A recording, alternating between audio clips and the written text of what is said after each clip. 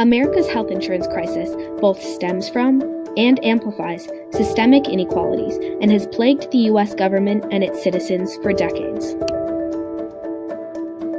Radical government bipartisanship and prioritization of big business profit drive up healthcare and health insurance costs and split the insurance marketplace. This obscures health insurance costs and prices, thus exacerbating unequal access to health insurance in the United States. Under the Affordable Care Act, Americans have three primary means of accessing health insurance. 1, through an individual company or the marketplace. 2, through their employer. Or 3, through the government via Medicare, Medicaid, or another alternative. The insurance marketplace was designed to distribute the cost of insurance among a large group of economically diverse buyers. If both rich, healthy Americans and poor, unhealthy Americans participate, care and premium costs are leveled, therefore sheltering lower-class people with pre-existing conditions from unreasonable and unaffordable rates. However, in order to benefit insurance companies and increase their control in the insurance sector, insurance companies create deceptive, cheap plans, causing young, healthy, well-off individuals to abandon the marketplace, driving up premiums for those with pre-existing conditions. In other words, the gap between the lower classes and everyone else widens. After the marketplace was created, Republicans actively supported these non-marketplace plans and attempt to dismantle what they perceived to be an overregulated government structure. Conservatives advocated for individual and state sovereignty and resisted the implementation of an individual insurance mandate and the expansion of Medicaid.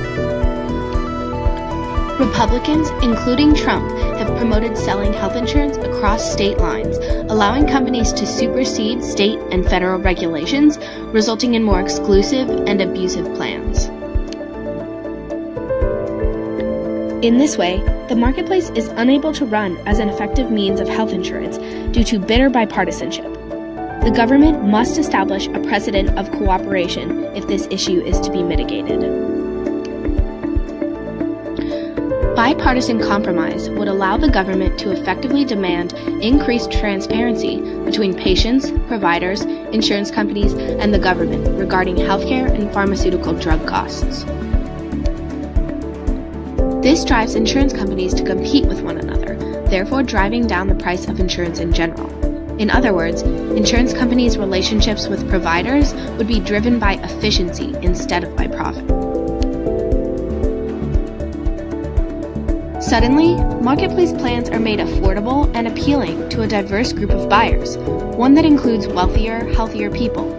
Put simply, the marketplace is stabilized and can operate successfully, providing more comprehensive universal health insurance for everyone. In fact, this course of action is relatively doable. There is an existing Medicare schedule that streamlines and standardizes reimbursement and cost rates already, so the government hardly has to start from scratch.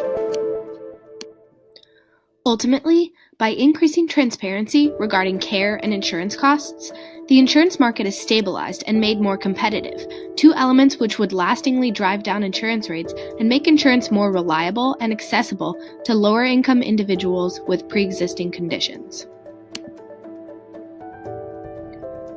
Under the current system, health insurance is unreliable and financially unreachable for lower-income individuals with pre-existing conditions, an issue of inequality that can only be resolved if we, as a country, prioritize equitable access for individuals over profit for big business.